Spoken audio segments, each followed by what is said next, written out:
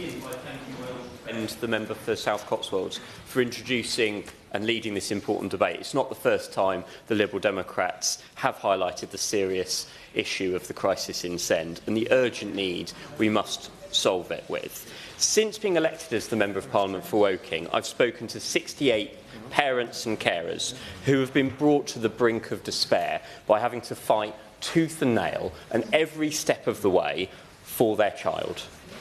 And they're having to do that to ensure that that child gets education and their child has got disabilities or special education needs, and that means the system tries to fight against them. That isn't acceptable. On that point, I will give way. I'm grateful for the honourable gentleman for giving way. In my constituency in Gresham, and including Kent County Council, they have spent over £1.1 billion in legal fees fighting families. This is like nearly 80% of the yearly revenue for the council. Do you find that parents and families up against that, maybe that money should be spent better on providing provision for their children? Would the honourable member agree?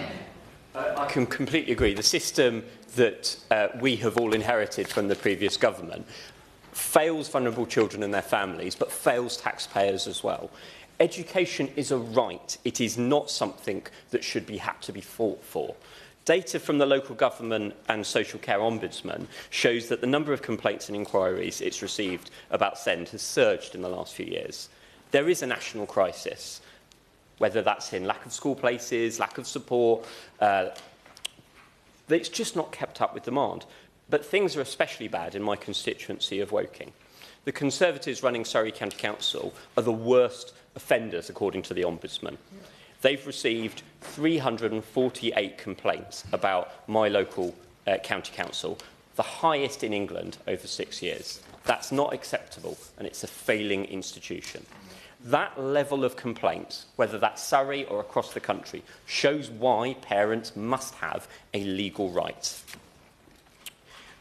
The importance of having an EHCP has already been highlighted in this debate, and I want to briefly speak about this a bit more. It shows why parents feel they need that right to fight the system. They are really worried that their right is going to be revoked or restricted by upcoming legislation, whatever the changes that are introduced by the new government look like. But they must give families the right they deserve, a choice and a hope for the education for their child. I will. Thanks, my honourable friend, for giving way.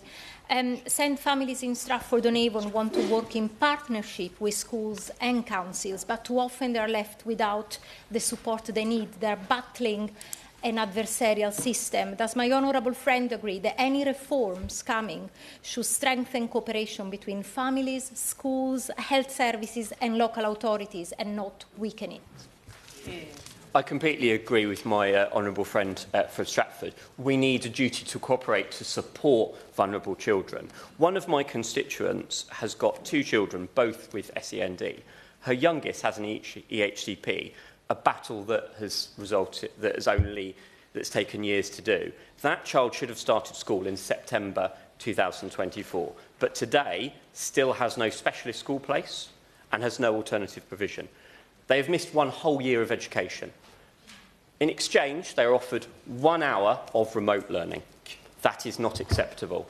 A case that I've dealt with this week has a parent being offered a school place that the parent doesn't think will meet her needs, the school thinks won't meet her needs, and they says they can appeal, and that will be held in October, not next month, but next year. That is not acceptable, and that is a failure of the previous government and my county council. That is a sad state of affairs. The Send crisis was created by the Conservatives. I hope that the Labour government lives up to the hope of my constituents and others across the country and solves that. We need leadership to tackle this.